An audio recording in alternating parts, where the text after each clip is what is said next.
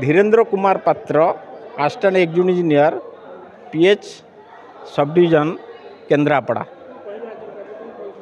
आजिर कार्यक्रम होउची आमर लुणा नदी पानी उठा जाई इच्छापुर ठारे ट्रीटमेंट करा जाई सहर को आम जल जोगाण करुछु।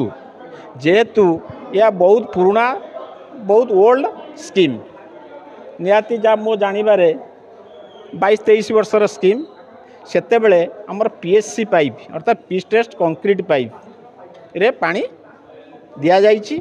आउ मध्य सेते पीवीसी पाइप सरू सरू पाइप सब दिया जाइछि द्वारा जल जोगाण आमको बाधा होउछि। तेणु वाटर सप्लाई को उन्नतीकरण करने आम्भे ताकू हाथ को नहीं जोटा कि बर्तमान उन्नतीकरण करने 36 कोटी 82 लक्ष व्ययबराद करा जाइछि।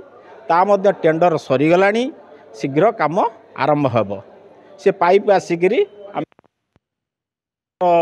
राइजिंग मेन हूँ 400 मीटर आउ डिस्ट्रीब्यूशन हूँ 11 किलोमीटर जोटा कि पुराना पाइप को आम चेंज करूँ ट्रांसफॉर्मर को उन्नतीकरण करूँ पंप मोटर तार कैपेसिटी बढ़ेबू बढ़ेकि केन्द्रापड़ा सहर को आम पानी निरवच्छिन्न भाव में देवु जो आम से सरकार नियम अनुजाई आम मैंने जलसाथी रखीचु से घर घर को जाऊँच टैक्स आदाय कर आपण मैंने जानी घर घर से टैक्स कर पीएसओ मेसीन रे आउ सेमानकर दायित्व जोटी आम कम्प्लेन जोटी धर पानी नष्ट हो जाऊँगी किए चोरा नहीं जाऊँगी सी आम कम्प्लेन देले आम मैंने एक्शन नौचु।